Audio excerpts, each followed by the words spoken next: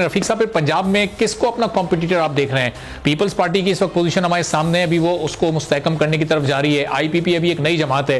PTI के कल के इंट्रा पार्टी इलेक्शन जरा हो जाए, उसके बाद देखेंगे कि पार्टी के अंदर क्या चल रहा है, क्या उस पर रिएक्शन लोगों का सामने आता है। तो किस जमात को इस वक्त अपना हरीफ समझ रहे हैं आप? देखेंगे, जमातें सारी हरीफ है, मगर हमें पंजाब में जैसे पराचा साहब कह रहे थे, पंजाब में हमें एज है अल्हम्दुलिल्लाह। हमेशा हमने पंजाब में सबसे ज्यादा सीटें ली है और वाकई जहाँ पंजाब में 141 सीटें हैं, पंजाब का इलेक्शन बड़ा बेटर करता है।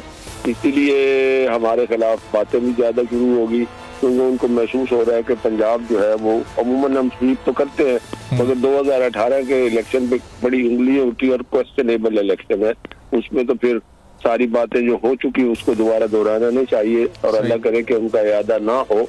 तो पंजाब में इंशाल्लाह हम नहीं समझते हमारा कोई ज्यादा मुकाबला होगा, मगर फिर भी देखिए अपने सियासी हरीफ को, तो दुश्मनी तो नहीं है ना, अपने सियासी कंपेटिटर को, हरीफ का नाम भी बड़ा अच्छा नहीं लगता। सियासी कंपेटिटर को आप जो है ना, आप कभी भी कमजोर ना समझे। अगर कमजोर समझेंगे तो हमें, मैं समझता हूँ कि सियासी पार्टी फिर थोड़ी सी अपनी एफर्ट्स को कम करते हैं। ये रफीक साहब, ये हरीफ आप इसलिए नहीं कह रहे कि ज़ाहिर है अभी पीपल्स पार्टी से ही बज़ाहिर आपका मुकाबला, और हो सकता है फिर आने वाले दिनों में पीडीएम की तरह वो आपके साथ ही बैठे हुए हों, तो शायद वो तलखी वाला माहौल आप नहीं पैदा करना चाह रहे? देखिए, कुछ नहीं कहा जा सकता।